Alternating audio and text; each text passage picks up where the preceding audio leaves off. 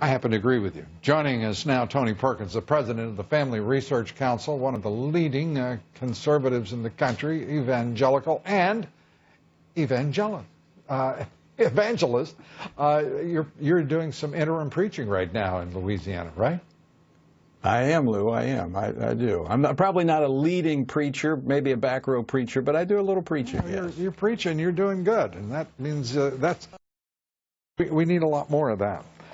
Let's talk, if we can, about this roundtable today that Donald Trump had with evangelicals, with others, people of faith. It's interesting to see people of all religions seem to be lining up with Donald Trump here.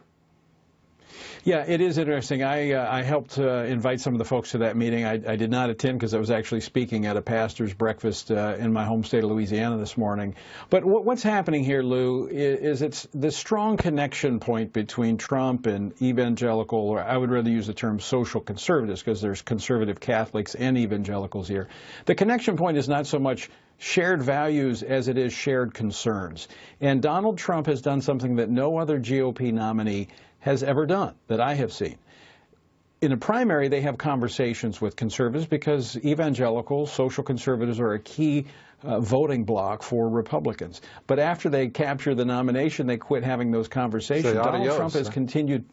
They do, but he's continued to build relationships, which is something we've never seen before. And I think people see that as genuine, that he cares, he's concerned. They don't see him as the savior who's going to deliver this country or anything like that. What they do see is that this is a guy who's going to defend their freedom and give them the ability to change hearts and minds with the gospel of Jesus Christ. You know, I think that's a pretty good ask and a pretty good delivery if he can do it. It's also important in this election that evangelicals get out to vote, because we saw what happened when evangelicals did not vote in the last election. There's no question about it. How energetic are they going to be? How enthusiastic? How motivated will evangelicals be?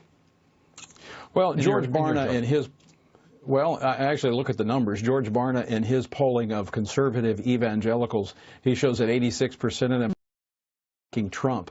Gallup released some numbers today showing that there is 11-point advantage for the GOP. 76% of Republicans say they're going to vote in the general election. Only 65% of Democrats, which is a 16-year low for them. They have an intensity problem on their side. And again, I go back to what Donald Trump is doing. He is not a conventional candidate. He continues to speak as he did in the primary. He continues to build relationships, and that's beneficial. What happened with Romney and McCain is after the nomination, they stopped talking to that core constituency that can be up to 33% of the vote in the general election. So he's doing the right moves. He's talking about the issues they care about, the Supreme Court. The court's going to be defining the next generation, talking about national security. We got people dying on our own streets from terrorists, and the president, as you talked about before, won't even utter the words Islamic terrorist. And he is addressing the issue of religious freedom. Those things are issues of great concern to social conservatives. And of great concern to all of us is that flag over your left shoulder, respect for it, law and order, America first, and making America great again for all Americans. So it's a good time for all of us to come together. Tony Perkins, thanks for being with us. We appreciate it. Thank you, Lou. Good.